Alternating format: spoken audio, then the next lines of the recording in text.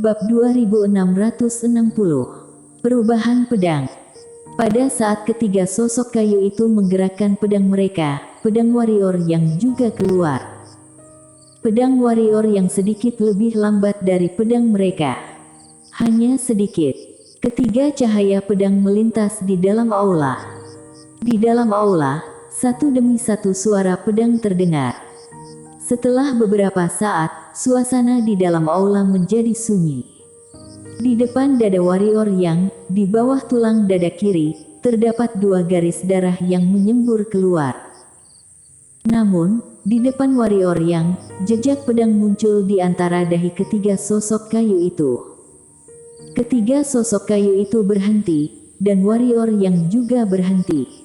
Pedang reanimation di tangan warrior yang juga telah jatuh ke tanah. Bukan pedang reanimation yang dijatuhkan, melainkan lengan kanannya. Seluruh lengan kanannya terpotong hingga ke akarnya. Sekarang warrior yang sudah tidak memiliki tangan.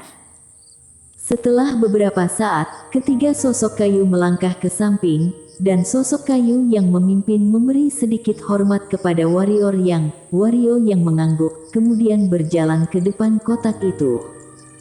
Kotak itu terbuka secara otomatis, dan bayangan putih melayang keluar. Ini adalah wanita bergaun putih. Tapi ini adalah sebuah ilusi, jelas, bukan dia yang aslinya. Wanita bergaun putih memandang warrior yang tak dapat dilukiskan dan tersenyum, "Kamu telah datang hingga ke tahap ini." Warrior yang mengangguk. Tubuh warrior yang dipenuhi dengan luka pedang di sekujur tubuhnya. Dia bahkan tidak bisa berbicara sekarang. Dia tahu bahwa dia pasti tidak akan bisa mengenali dirinya sendiri sekarang. Sangat mengerikan. Wanita bergaun putih dengan lembut membelai rambut berdarah warrior yang menutupi matanya, lalu berbisik, "Ikutlah denganku." Warrior yang mengikuti wanita bergaun putih keluar dari aula. Di luar aula, langit berwarna merah darah, dan itulah sisa cahaya yang tersisa. Wanita berpakaian putih berkata dengan lembut, "Klan Reanimation, ini adalah tempat di mana aku pernah tinggal dan memiliki banyak kenangan indah di sini. Pada akhirnya, aku membunuh semua master di sini dengan kedua tanganku sendiri." Warrior yang menoleh untuk melihat wanita bergaun putih itu. Wanita bergaun putih itu tersenyum dan berkata, "Aku yang dulu pernah berpikir bahwa Master Alam Takdir tidak perlu mati, tetapi aku bisa menyatukan mereka dan membiarkan semua orang hidup berdampingan di alam semesta tiga dimensi ini. Itulah niat awalku. Aku hampir membujuk adik Black, tapi..." Saat berbicara sampai di sini, dia menggelengkan kepalanya dan tersenyum. Dia duduk di tangga batu, dan setelah terdiam beberapa saat, dia berkata, "Terdapat 10 klan dan sekte di dunia ini, dan klan Reanimation adalah salah satunya. Selain ruang Nine Layer, 10 klan dan sekte ini dapat dikatakan sebagai yang terkuat. Ke-10 klan dan sekte tersebut sangat ambisius, terutama klan Reanimation, karena mereka memiliki kekuatan reanimation, dan kekuatannya yang kedua setelah mereka adalah klan Yang. Klan Yang. Warrior yang tidak bisa menahan diri untuk tidak berbicara, tetapi begitu dia membuka mulutnya, terdapat perasaan sesuatu yang robek di sudut mulutnya. Itu terlalu menyakitkan. Wanita bergaun putih itu mengangguk pelan. Klan Yang, suatu klan manusia saat itu. Pada mulanya mereka adalah klan manusia, tetapi klan ini sedikit istimewa. Dia secara paksa memisahkan klan yang dengan klan manusia, membuat seluruh makhluk hidup mengakui keberadaan mereka. Saat berbicara sampai di sini, dia melirik posisi perut warrior yang dan berkata, "Yana yang berada di dalam dirimu sekarang, sedang berlatih teknik yang pernah dia buat." Nela Yang. Warrior yang kini tahu siapa yang dibicarakan oleh wanita bergaun putih ini. Wanita bergaun putih itu tersenyum dan berkata, "Kekuatan wanita itu sangat tidak biasa. Sayang sekali." Saat berbicara sampai di sini, dia sedikit menggelengkan kepalanya, lalu kembali ke topik pembicaraan. aku pernah tinggal di klan Reanimation ini, dan aku ingin mengubah pikiran para master klan Reanimation ini. Aku mengatakan kepada mereka untuk jangan pergi ke alam semesta 4 dimensi. Mereka tidak memiliki kekuatan yang besar dan hanya akan mati jika pergi ke sana. Sayangnya, mereka tidak mendengarkanku. Tidak hanya tidak mendengarkan, mereka bahkan mulai memiliki pemikiran lain kepadaku. Warrior yang memandang wanita bergaun putih itu, apa maksudmu? Wanita bergaun putih itu tertawa. Mereka memanfaatkan kepercayaanku pada mereka, kemudian mengurungku dengan beberapa formasi, mencoba untuk memperbudakku. Warrior yang wanita bergaun putih itu menambahkan, pemikiran mereka pada saat itu adalah menggunakan kekuatanku untuk membantu mereka membuka alam semesta 3 dimensi dan mengiring mereka langsung ke alam semesta 4 dimensi. Warrior yang menggelengkan kepalanya. Bukankah ini sama seperti sedang membunuh diri mereka sendiri? Wanita bergaun putih ini biasanya terlihat sangat mudah didekati dan tidak berbahaya, tapi jangan lupa, dia adalah salah satu dari takdir langit. Bukankah sama seperti mencari kematian jika memiliki pemikiran seperti ini terhadap orang seperti itu? Pada saat ini, wanita bergaun putih itu berkata lagi, aku telah memberi mereka kesempatan, tetapi sayangnya, mereka sama sekali tidak menghargainya. Mereka secara pribadi merusak kesan baikku untuk tempat ini.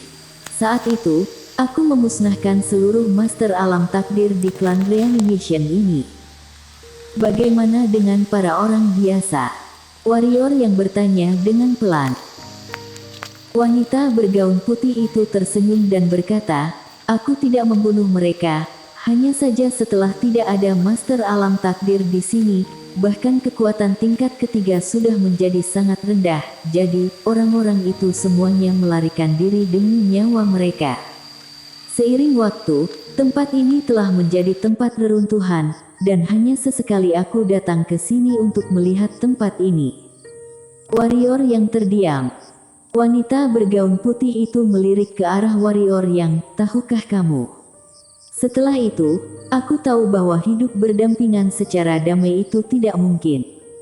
Ambisi semua orang sangat besar, sangat normal jika mereka ingin naik ke alam yang lebih tinggi lagi setelah mencapai alam takdir, tapi sayangnya.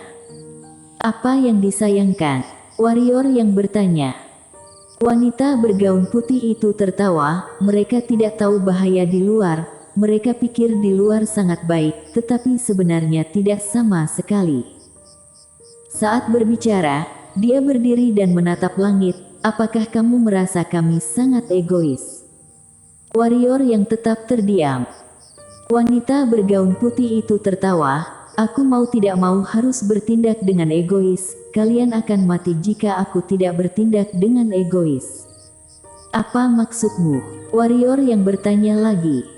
Wanita bergaun putih itu tersenyum dan berkata, tahukah kamu tentang kedua mata itu sebelumnya?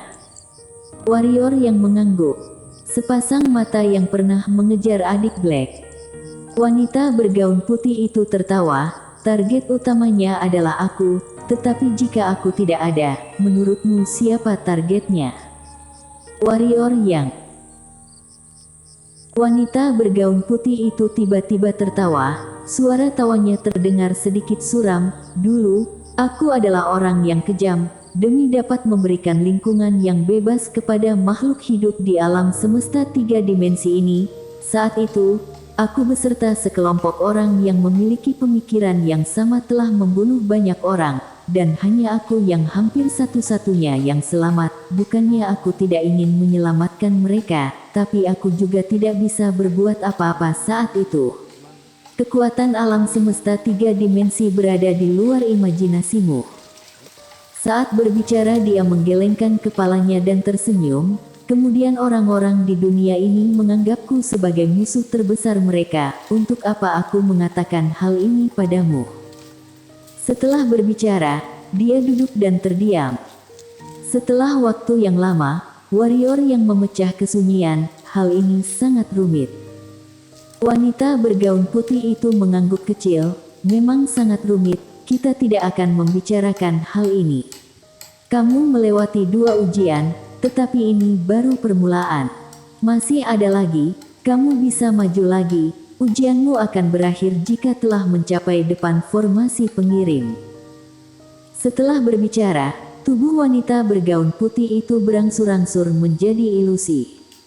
Dan tepat ketika dia akan menghilang sepenuhnya, dia tiba-tiba menatap warrior yang, aku merasa sangat senang karena kamu tidak menggunakan energi hitam. Jadi, aku akan memberikan sebuah hadiah kecil padamu. Setelah suara itu jatuh, sebuah energi hitam misterius langsung menyelimuti warrior yang. Energi hitam Tai. Eksistensi yang lebih menakutkan dari energi ungu kosmik.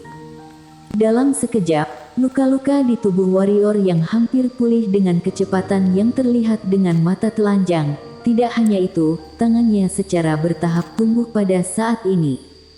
Akhirnya kembali normal. Warrior yang seperti teringat sesuatu, dan dia dengan cepat bertanya, seorang wanita bernama Slah memukuliku sebelumnya, siapa dia? Slah.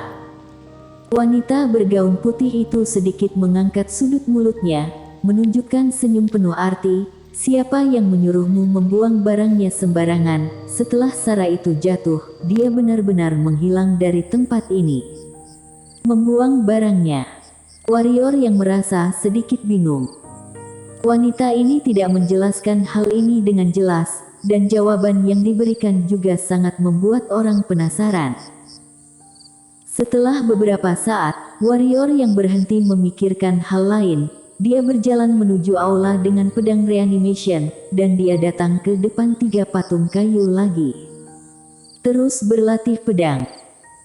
Meskipun dia telah memenangkan 1 poin dengan mengorbankan lengannya sebelumnya, namun itu hanyalah sedikit kebetulan. Tentu saja, yang paling penting adalah dia berharap untuk melanjutkan pertarungan dan bertarung dengan 3 patung kayu ini. Pertempuran dimulai lagi. Di dalam aula, cahaya pedang bersilangan. Dengan ini, warrior yang berlatih dengan 3 patung kayu di dalam aula selama hampir sebulan sebelum dia pergi. 1 bulan. Warrior yang tahu bahwa pedangnya telah diam-diam berubah. Karena di babak terakhir, ketika dia menggunakan tongkat kayu sebagai pedang untuk melawan ketiga patung kayu, tidak ada banyak perbedaan. Satu-satunya perbedaan adalah pedang reanimation memang lebih keras dari tongkat kayu, dan pedang reanimation juga memiliki semangatnya sendiri. Secara umum, mungkin pedang tidak membuat perbedaan bagi sebagian orang, tetapi satu hal, yaitu perbedaan antara pedang dan pedang. Warrior yang meninggalkan aula dan melanjutkan perjalanan. Kali ini, dia sudah memiliki kepercayaan diri terhadap hal yang akan datang.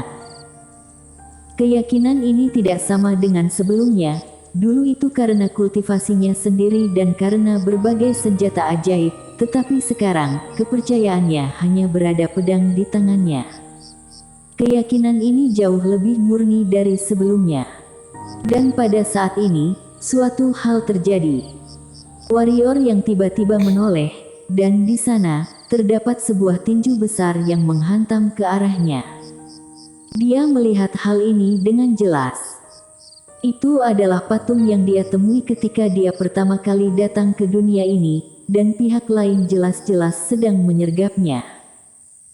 Melihat pukulannya, warrior yang tidak memiliki ekspresi di wajahnya, pada saat ini, dia merasa bahwa pukulan lawannya penuh dengan kekurangan.